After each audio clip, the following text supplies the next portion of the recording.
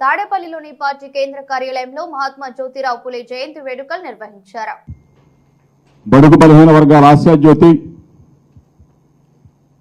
మనందరికీ ఆదర్శప్రాయుడు మహాత్మా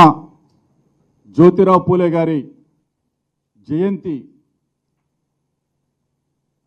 మన రాష్ట్రంలోనే కాదు, భారతదేశంలో కాదు,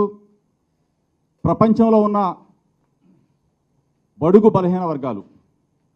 అణగారిన వర్గాలు పూలే గారిని స్మరించుకునే రోజు. ఆ మహనీయుడు పుట్టుక బలహీన వర్గాలకి ఒక ఆశాకిరణంలాగా ఆ మహనీయుడు మనందరి ఒక గొప్ప వ్యక్తి.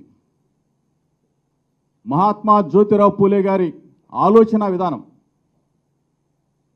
ఆయన ఆ రోజుల్లోనే విద్యని ప్రోత్సహించి లింగ వివక్ష ఉండకూడదు, బడుగు బలహీన వర్గాలు మరీ ముఖ్యంగా మహిళలు చదువుకోవాలి, చదువు ఉంటేనే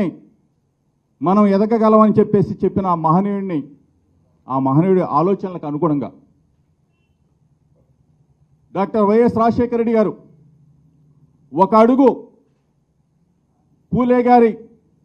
బాటలో నడిస్తే 4 అడుగులు మా నాన్న వైఎస్ఆర్ కాంగ్రెస్ పార్టీ అధ్యక్షులు జగనన్న పూలే గారి విధానాన్ని నా నినాదం అంటూ పూలే గారు చేపట్టిన సంఘ సంస్కరణ విధానాన్ని, లింగ వివక్షను పక్కన పెట్టి మన వర్గాలకి సముచిత స్థానం కల్పించి మన వర్గాల పిల్లలకి ఇంగ్లీష్ మీడియం అనే ఆ విద్యని ఎక్కడుంటుందో తెలియని విద్యని రుచి చూపించి ఈరోజు గుండెల మీద నిజంగా చేయి వేసుకొని చెప్పొచ్చు, మన పిల్లలకి ఇంగ్లీష్ మీడియం అందించిన మహాత్మా జ్యోతిరావు పూలే గారి వారసుడు అభినవ పూలే జగనన్న అని చెప్పేసి మనం అందరూ కూడా ముక్త కంఠంగా చెప్పాలా. ఈరోజు మనం చూసాం పూలే గారి అడుగు, పూలే గారి బాట, ఆ బాటే నా బాటగా నడిచిన వ్యక్తి మన జగనన్న. మన జగనన్న ప్రభుత్వంలో 25 మంది మంత్రులుంటే